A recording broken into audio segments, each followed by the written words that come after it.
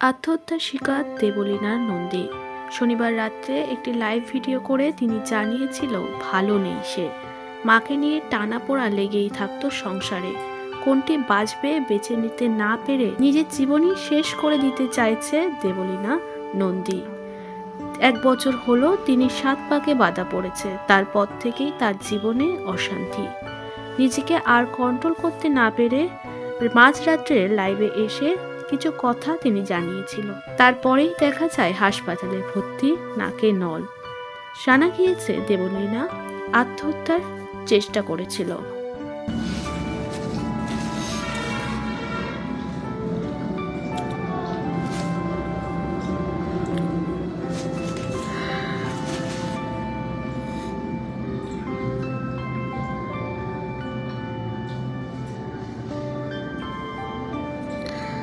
ওকে, hello everyone.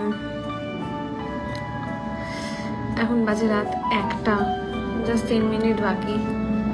আমি জানি যে এখন সবাই লাইভ দেখবে না, বাট এই লাইভটা অ্যাকচুয়ালি পরে দেখার জন্যই। মানে আমি জাস্ট লাইভ করে রাখছি যাতে ফিডে 1 মাসের জন্য থাকে, তারপরে আর না থাকে। এই জন্য আমি কমেন্টটা বন্ধ করছি, কারণ আজকে আমার কিছু বলার আছে। মানে একটা মানুষের জীবনে কত দিক থেকে সমস্যা আসতে পারে, আর তোমরা সেটাকে কতভাবে তোমরা টলারেট করতে পারো বা অ্যাভয়েড করতে পারো। টলারেট ছেড়ে দাও, অ্যাভয়েড করতে পারো। আমার আসো, হয়ে গেছে, বিল হয়ে গেছে, আর কিচ্ছু না, বিলটা করে দাও, ব্যাস ব্যাস বিল করে দাও। ওকে, তো আমার যেটা এখন চলছে প্রবলেম, সেটা হচ্ছে আমার সব জায়গায় প্রবলেম চলছে। সব জায়গায় মানে হচ্ছে কাজের জায়গা প্লাস পার্সোনাল জায়গা। এবার পার্সোনাল স্পেসে খুব গোনাগিন্তি মানুষকে আমরা রাখি, বাট সেই গোনাগিন্তি মানুষের সাথেও যখন ঝামেলা হয় বা প্রবলেম হয়, তো সেটা হচ্ছে আর কি আমাদেরকে পুরো ঘেটে রেখে দেয়। আমার কাজের জায়গার সমস্যাটা নিয়ে আগে বলি। কাজের জায়গাতে সমস্যাটা হচ্ছে, সেটা হচ্ছে আমি একজন ইন্ডিভিজুয়াল আর্টিস্ট। আমি গান মানে হারমোনিয়াম ধরেছি আমার যখন 2.5 বছর বয়স, 2 বছর 2 মাস মতো বয়স। পাশে মানে যখন মায়েরা নাকতলায় থাকতো, পাশে একটা আন্টি গান গাইতো। ওই আন্টির বাড়িতে লুকিয়ে লুকিয়ে চলে যেতাম, ওনার সাথে আমার গান গাওয়া শুরু।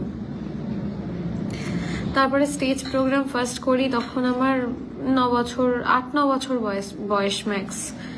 Stage programme start. এখন মোটামুটি 20-21 বছর রানিং আমার হচ্ছে এই প্রফেশনে। অনেকের থেকেই আমি সিনিয়র, অনেক অনেক বয়সে বড় মানুষদের থেকে বলো বা বয়সে ছোট, আমার অনেক বন্ধু বান্ধব থেকে প্রফেশনে সিনিয়র। বা সেই সিনিয়রিটি দেখানোর জায়গা থাকে না। আমি অনেকবার ভেবেছি যে নিজে একটা সেপারেট ব্যান্ড করব, নিজের মানে একটা হয় না, একটা ট্যাগ হবে আমার, লাইক দেবলীনা নন্দী লাইভ। মানে আমার শুধু আমার নিজের মিউজিশিয়ানসদের সাথে, যেখানে আমি এই ব্যান্ড সেই ব্যান্ড ওই ব্যান্ড করে আমি গাইবো না, আমার একটা ফিক্স সেট আপ হবে। এটা আমার অনেকদিন ধরে ইচ্ছে ছিল। তারপর থ্যাংক ইউ, তারপরে বছর 2 আগে, যখন বছর 2 না বছর 1.5 আগে যখন হঠাৎ করে আমাদের ডিসিশন হয় যে আমরা বিয়ে করব, তো ওই সময় আমার ওই লাইভের মানে যে ব্যান্ড বানানোর যে চিন্তাটা, ওটা মাথা থেকে বেরিয়ে যায় যে এখন ব্যান্ড বানাবো, ঠিক আছে, আবার হেডেক হয়ে যাবে। কয়েকদিন পর করতে করতে বছর 2 কেটে গেছে। এখন আমি এরকমও শুনতে পাচ্ছি আমি যদি ব্যান্ড করি, আমি নাকি মানে আমাকে নাকি লোকজন ব্যান্ড করে দেবে, আমি নাকি শো পাবো না, সেটা মেদিনীপুর হোক কলকাতা হোক, আমি নাকি শো পাবো না, আমাকে নাকি লোকে ব্যান্ড করে নেবে, আমার প্রফেশন চলে যাবে। আমি একজন আর্টিস্ট হিসাবে আমার মানে আমি কোন ব্যান্ডে শো করবো? এখন যেমন আমার নিজস্ব ব্যান্ড নেই, এখন আমি মোটামুটি চেনা জানার মধ্যে যে ব্যান্ডগুলোর সাথে আমার পোষায় বা যে ব্যান্ডগুলোর সাথে মনে হয় যে আমি গাইতে পারবো, তাদের সাথে শো করি। তো সেখানে দাঁড়িয়ে আমি মানে একজন আর্টিস্ট হিসেবে আমি বলতে পারবো না যে আমি অমুক ব্যান্ডে কাজ করব না, অমুক ব্যান্ডে কাজ করব, সেটা নাকি আমি বলতে পারবো না। যদি আমি বলি আমার প্রফেশন খেয়ে যাবে, প্রফেশন লোকজন খেয়ে নেবে। প্রফেশন কি করে খেয়ে নেবে জানি না, মানে আমার একটা বক্তব্য যে ইগো বাঁচাতে গিয়ে লোকজনের প্রফেশন নিয়ে কথা বলাটা কি ঠিক, আমি সেটা বুঝি না। আর সেটা আমাকে এই বিষয়টা পুরো ঘিরে রেখেছে। মানে আমি জাস্ট অনেকদিন ধরে আজ আমি ব্যান্ড করবো, আমি নিজস্ব একটা জিনিস, নিজস্ব একটা সেট আপ করবো, নিজের জন্য কিছু করব, সেখানে প্রফেশন আমার পুরো ঘেটে রয়েছে। লোকজনের চারদিক দিয়ে শুধু থ্রেড খাচ্ছি, আমি শুধু থ্রেড খেয়ে যাচ্ছি। ব্যান্ড আমি করতে পারবো না, ব্যান্ড করলে আমি শো পাবো না। মানলাম, ঠিক আছে চলো, এইটুকু অবধি মেনে নিতাম। শুধু তো এই সমস্যা নয়, আমার লাইফে আরো অনেক সমস্যা রয়েছে। কারণ সমস্যা মানেই দেবলীনা, দেবলীনার পিছন কখনো সমস্যা ছাড়বে না। আমার আমার কথা, যেটা একটা কথা আমার জানার আছে, সেটা হচ্ছে যারা এখন 1000 জন আমাকে দেখছো তাদের কাছে আমার জানার আছে যে আমি জানি না মেয়ে অডিয়েন্স বেশি আছে না ছেলে অডিয়েন্স বেশি আছে, মেয়ে আর ছেলের মধ্যে এত ডিফারেন্স কেন? মানে এত ডিফারেন্স কেন যে ভাই একটা ছেলের কাছে কি কখনো এরকম অপশন থাকে যে নয় ফ্যামিলি বাঁচো বা সংসার বাঁচো বা প্রফেশন বাঁচো, মানে এরকমই যে অর করে তিনটে কেন একসাথে হয় না? সেটা তো ছেলেদের কাছে তো এরকম অপশন কেউ দেয় না। না, ফ্যামিলি ছেড়ে দাও তবে তোমার বউ থাকবে, ফ্যামিলি ছেড়ে দাও তবে তোমার কাজ থাকবে, এই অপশনগুলো তো ছেলেদেরকে কেউ দেয় না। না, আমি জানি না দেয় কিনা, বাট মেয়েদের ক্ষেত্রে কেন এইখানটাতেই ফোকাস হয় বারবার যে আচ্ছা যদি তোমাদের অডিয়েন্সের মধ্যে আমি মানে আমার প্রচুর মেয়ে অডিয়েন্স আছে, ধরো আজ বাদে কাল তোমরাও সেটেল হবে লাইফে, বিয়ে থা করবে, কাজ করবে, কিছু একটা করবে, যদি তোমাদের কাছে এরকম অপশন দেওয়া হয় যে সব থেকে কাছের যে মানুষ তোমার, যে তোমাকে জন্ম দিয়েছে, যে তোমাকে ধরো তুমি আজকে যেখানে দাঁড়িয়ে আছো, যে কাজ করছো, যে প্রফেশনে আছো, সেখানে তুমি যে মানুষটার জন্য রয়েছো, সেই মানুষটাকে ছাড়তে বলা হলো যে মাকে ছেড়ে দাও, তাহলে তোমরা কোনটা চয়েস করবে? মানে মাকে ছেড়ে দেবে? ছেলেদের তো এরকম অপশন কেউ দেয় না ভাই, কেউ দেয় না। কারণ তুমি ছেলে হয়ে জন্মেছো মানে তোমার ঘাড়ে একটা দায়িত্ব রয়েছে, তুমি বাড়ির ভাই ছেলে, বাবা মাকে তোমার দেখতেই হবে। মেয়েদের কেন এরকম কিছু নেই? এরকম কেন কোনো আইন পাস হয়নি যে মেয়েদের যদি বিয়েও হয়ে যায় বাবা মার প্রতি দায়িত্ব কর্তব্য পালন করতে হবে, যদি করতে না পারে বা করতে না দেয় তার জেল হবে? তো বিল হয়ে গেছে, ওকে, আমাকে 5টা মিনিট দাও প্লিজ, 5টা মিনিট দাও। ওকে, তো এরকম কেন কোনো আইন পাস হয়নি যে ছেলেদের ঘাড়ে যেমন দায়িত্ব থাকে যে মা বাবাকে দেখতে হবে, দায়িত্ব পালন করতে হবে, এরকম কেন কোনো আইন পাস হয়নি যে যদি মেয়েরা বিয়ের পরে বাবা মাকে না দেখে মেয়েরাও জেলে চলে যাবে, বা যার জন্য দেখতে পাচ্ছে না তাকে জেলে পাঠানো হবে? এরকম কেন কোনো আইন পাস হয়নি? মানে তার জন্য কড়া শাস্তি আছে। মানে আমি বুঝতে পারি না যে মেয়েটার বিয়ে হয়ে গেছে মানে বাবা মার প্রতি সব দায়িত্ব কর্তব্য পালন হয়ে মানে সব কমপ্লিট, বিয়ে হয়ে গেছে মানে তুমি জাস্ট ছেড়ে দাও, বাবা ছাড়ো। আর হ্যাঁ, সব থেকে বড় কথা, আমার মাকে নিয়ে সবার সমস্যা, তারপর অনেক কারণ আছে, যদিও মানে এগুলো মা অনেকদিন ধরে জানে, অনেকদিন ধরে শুনছে, তার অনেক কারণ আছে। ফার্স্ট অফ অল হচ্ছে নাকি মা দেখতে ভালো না, সেকেন্ড হচ্ছে মা নাকি পড়াশোনা জানে না, থার্ড হচ্ছে নাকি মা যা বলে মুখের ওপর বলে। তো এর জন্য অনেকের সমস্যা আমার মাকে নিয়ে, অনেকের সমস্যা, আমার কাছের লোক, দূরের লোক, অনেকের সমস্যা। একমাত্র হচ্ছে মাকে যারা কাছ থেকে চেনে, আমার পাড়ার যারা লোক, তারা মাকে ছাড়া অন্ধ। মানে মিনিটে মিনিটে মায়ের ডাক পড়ে, মিনিটে মিনিটে মাকে লাগে। তো এখন সবার সমস্যা হচ্ছে যে আমার মাকে তাদের পোষায় না, মানে আমি আমার মাকে ছেড়ে দেবো, জাস্ট মাকে ছেড়ে দেবো, মা জাহান্নামে যাক, আমাকে ছেড়ে দেবো। মা আমাকে এই প্রফেশনে এখানে দাঁড় করিয়েছে। আমি একটা কথা, সবার বাবা মায়ের একটা হয়তো ব্যাকআপ থাকে, বাট আমি একটা কথা বলছি, ছোট্ট একটা ইনসিডেন্ট আমি শেয়ার করি। সেটা হচ্ছে অনেক ছোট তখন আমি, বাবা তখন হসপিটালে, আমার গানের সূত্রের এক স্যার, আমি মেনশন করবো না তাহলে সেও বুঝতে পারবে, তো দ্যাটস ওয়াই, আমার এক স্যার তখন মাকে এসে বলে না এরকম অনেকদিন হয়ে গেছে, মাইনে পাওয়া যাচ্ছে, মা বললো যে মানে আমার হাজবেন্ড তো, ওর বাবা তো এখন অফিসে যাচ্ছে না, ঘরেই শুয়ে রয়েছে। তো আমরা এখন মানে টাকা পয়সা কিছুই পাইনি, মানে ওর বাবা তো যেতে পারছে না, তো একটু টাইম দিন, আমি যদি কিছু অ্যারেঞ্জ করতে পারি আমি টাকা পয়সা নিশ্চয়ই দেবো। তখন বললো এরকম করে শেখাবো না আমি। আর লিটারালি মাকে আরো অনেক অপমান করেছে, মানে অনেক বাজে বাজে কথা বলেছে। আমি পাশে দাঁড়িয়ে শুনলাম ড্যাব ড্যাব করে। আমি তখন মানে কোন কথাটা কিভাবে নেওয়া উচিত এতটা বুঝতে পারিনি, জাস্ট বুঝলাম যে মাকে কিছুটা খারাপ বলছে। আমি মাকে বললাম আমি গান গাইবো না। মা বললো এখন গান গা, এখন গান শেখ, আমি হাতে পায়ে ধরে হলেও শেখাবো, পরে উত্তর দেওয়ার টাইম আসবে। তো এইটা আমি ছোট্ট একটা ইনসিডেন্ট বললাম। এরম প্রচুর জিনিস হয়েছে। মানে আমি আর মা সারা রাত না খেয়ে আমরা শো করেছি, সারা রাত না খেয়ে বসেছিলাম। সে সন্ধ্যে 6টায় ধরো বেরিয়েছি, ভোর 6টা হয়ে গেছে, বাড়ি ফিরেনি, কিন্তু না খাওয়া। এরম ভাবে আমি শো করেছি। তখন থেকে মা আমার সাথে, মায়ের জেদের জন্য আজকে আমার এই প্রফেশনে দাঁড়ানো।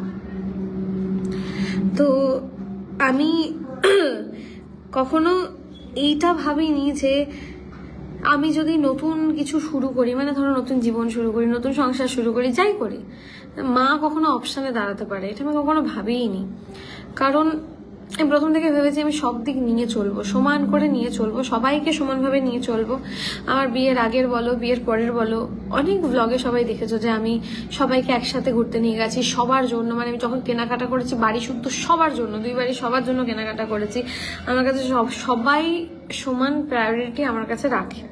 আমার কাছে সবার প্রায়োরিটি সমান। কিন্তু সমস্যাটা হচ্ছে অন্য জায়গায়। সেটা হচ্ছে এখন মা আমার কাছে অপশন দাঁড়িয়ে গেছে। মাকে ছাড়লে তবে নাকি আমি সুখী থাকবো, সেটা সব জায়গায়। আমি আজকে অনেকবার ভাবছিলাম যে আমি লাইফ করবো কি করবো না। অ্যাকচুয়ালি এই লাইফটা না, আমি মানে আমার কথা বলার লোক নেই, বা এই আমার এখন যে অডিয়েন্স রয়েছে, আমি সারাক্ষণ আমি কিছু না কিছু ভ্লগ করি। আমার লাইফের যে বেস্ট মোমেন্টগুলো, মানে আমি কিভাবে আনন্দে রয়েছি, কি করছি, আমি আমার বেস্ট মোমেন্টগুলো আমি হচ্ছে ভ্লগের মাধ্যমে শেয়ার করি। কিন্তু আমি কখনো আমার জীবনে কি নেগেটিভ হচ্ছে, আমার জীবনে কি কষ্ট আছে, আমার জীবনে কি ঝামেলা হচ্ছে, আমি এগুলো কিচ্ছু শেয়ার করি না। কারণ আমি যখন সিরিয়াল দেখতাম আগে, আমি এখন সিরিয়াল দেখি না, তো সিরিয়ালে এক এক সময় এরকম থাকে না যে ছেলেটা ফাট করে আরেকটা বিয়ে করে নিয়ে চলে এলো, গার্লফ্রেন্ড আছে এদিকে আরেকটা বিয়ে করে নিল, বা শাশুড়ি অত্যাচার করছে, মেয়েটা থাকতে পারছে না, বা ছেলেটা মায়ের কথায় বউকে দাবড়াচ্ছে আর কি। তো এসব যখন আমরা সিরিয়ালের স্টোরি দেখতাম, যা তারা হ্যাঁ ওকে, এটা ওকে, কারেন্ট চলে গেছে এখানে। এনিওয়েজ, তো ঠিক আছে 5 মিনিট আমি একটা লাইভ করছি, করে নি।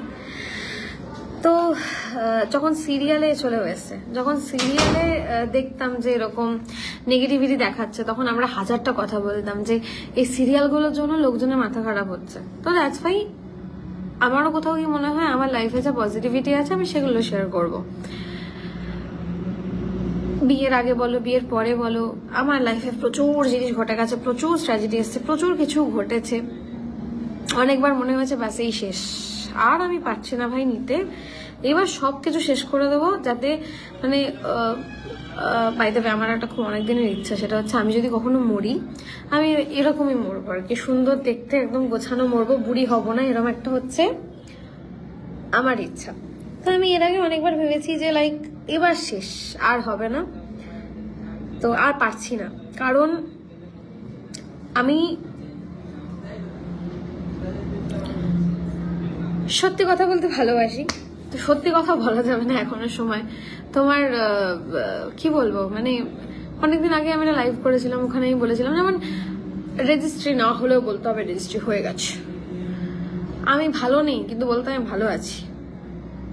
আমি অনেকদিন ধরে ভাবছিলাম যে লাইক মানে আমি সবকিছু ব্যালেন্স করে নেবো, প্রফেশন বলো, পার্সোনাল লাইফ বলো, কিন্তু এখন যখন সমস্যাটা না এই মাতে আর পার্সোনাল লাইফে হয়ে গেছে, মানে মাকে ছেড়ে দাও না হলে সব গেল আর কি। তো সেখানে আমি আর অপশন পাচ্ছি না। অ্যাকচুয়ালি কি হচ্ছে না, আমি গিলতে পারছি না, আমি উবড়াতে পারছি।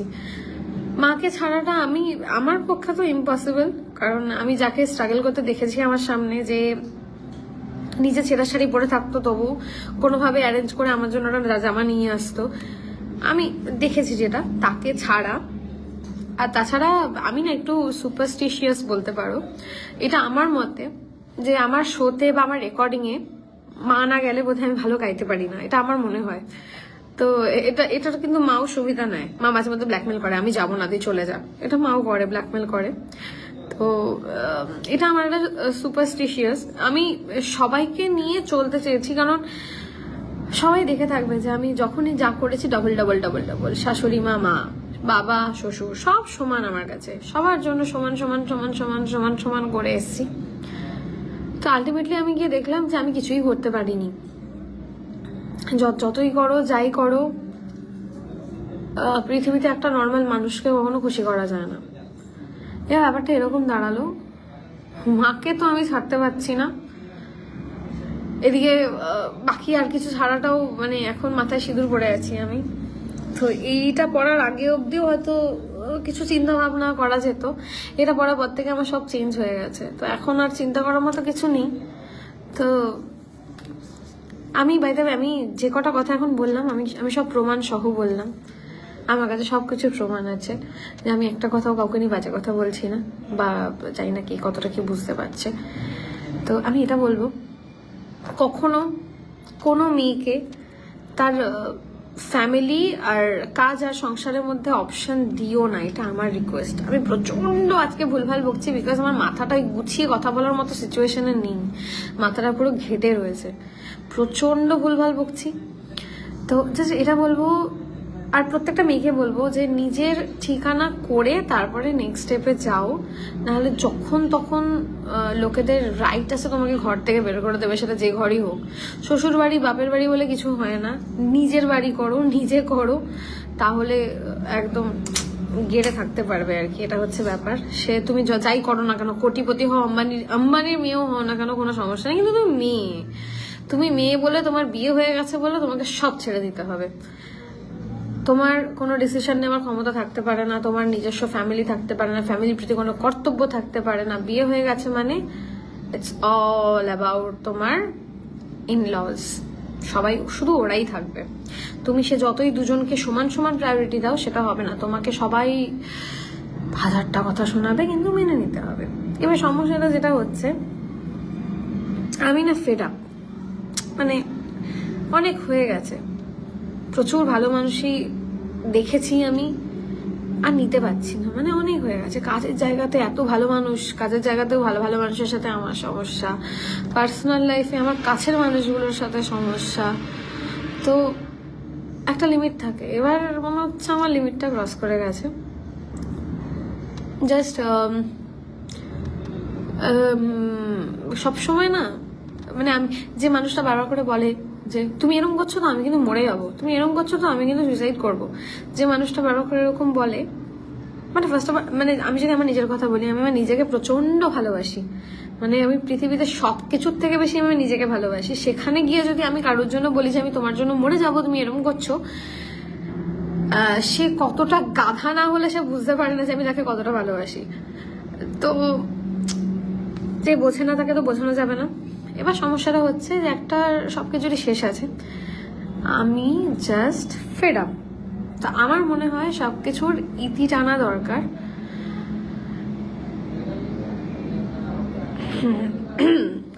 আমার আমি জানি না এরপরে কি হবে, কারণ আমার কেন যেন মনে হচ্ছে আমার শরীরটা দেবে না। তো প্রচুর গান আমার অ্যাভেলেবেল আছে, সবাই শুনে নেবে, শুনে হচ্ছে গিয়ে মনে রাখবে আমাকে। আর বাই এনি চান্স যদি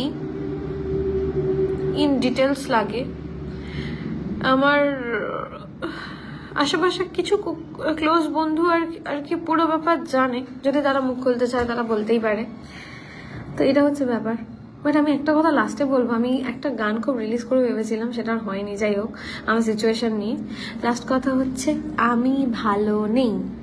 এই কথাটা বলতে গিয়ে প্রচুর বুকের সাহস লাগে, সেটা সাহস করে আমি বললাম যে আমি ভালো নেই। আমি সারাক্ষণ নাটক করে যে আমি ভীষণ ভালো রয়েছি, ভীষণ হ্যাপি আমি, but I am not happy. আমি হ্যাপি থাকার ভান করি, আর আমার লাইফের বেস্ট জিনিসগুলো আমি সবার সাথে শেয়ার করার চেষ্টা করি। But now I am fed up, হয়ে গেছে। আমি আর কিছুই নিতে পারছি না। কাল বাদে পরশু হয়তো কিছুটা নিউজ হয়ে যাবে আমাকে নিয়ে, মানে লাইক এরম হয়ে গেল, ওরম হয়ে গেল, সেরম হয়ে গেল। আমি জানি না কি নিউজ হবে, আমি সারাক্ষণ নিউজেরই অপেক্ষা করি কিছু একটা নিউজ হবে। তো এটা হচ্ছে ব্যাপার। জাস্ট আমি এটাই বলবো, অতিরিক্ত ভালোবাসা কাউকে উচিত নয়। যে তোমার ভালোবাসা বোঝে না, উচিত নয়। আর যে তোমাকে ভালোবাসে সে কখনো তোমাকে হার্ট করতে পারে না। যে তোমাকে ভালোবাসে সে তোমার ভালোবাসাগুলোরও দাম দেবে। তুমি কাকে ভালোবাসো, কাকে পছন্দ করো, কাকে লাইফে চাইছো, সেগুলোর দাম দেবে। সেগুলো যে দিতে পারে না, সে তোমাকে কখনো ভালোই বাসতে পারে না। তুমি সারা রাত জেগে কাজ করে এলে, কাজ করে তার জন্য কিছু একটা নিয়ে এলে, তার মুখে সেখানে এক মুখ হাসি থাকার জায়গায় একটা এটাকে ভালোবাসা বলে না। বাট যাই হোক, আমি একটাই কথা বলবো, সেটা হচ্ছে আমি যদি আবারও কিছু ভুল বলে থাকি সবার কাছে I am so sorry, but it's done. আর আমি টানতে পারছি না, কোনো কিছুই টানতে পারছি না। জাস্ট এইটুকুই। ওকে,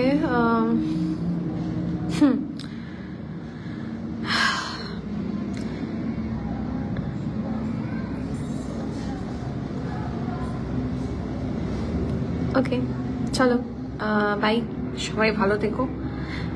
আর হচ্ছে আমি আর একটা সাজেশন দেবো, ভাই, কেউ নিজের লাইফে জেনে বুঝে বাস এনো না। যদি আগে থেকে বুঝতে পারো যে সমস্যা হতে পারে বা সমস্যা হচ্ছে, বাস টেনে এনো না। সারা জীবন ভুগতে হবে, কেউ থাকবে না সেটা বোঝার বা দেখার। এটাই হচ্ছে বিষয়। চলো, গুড নাইট, বাই।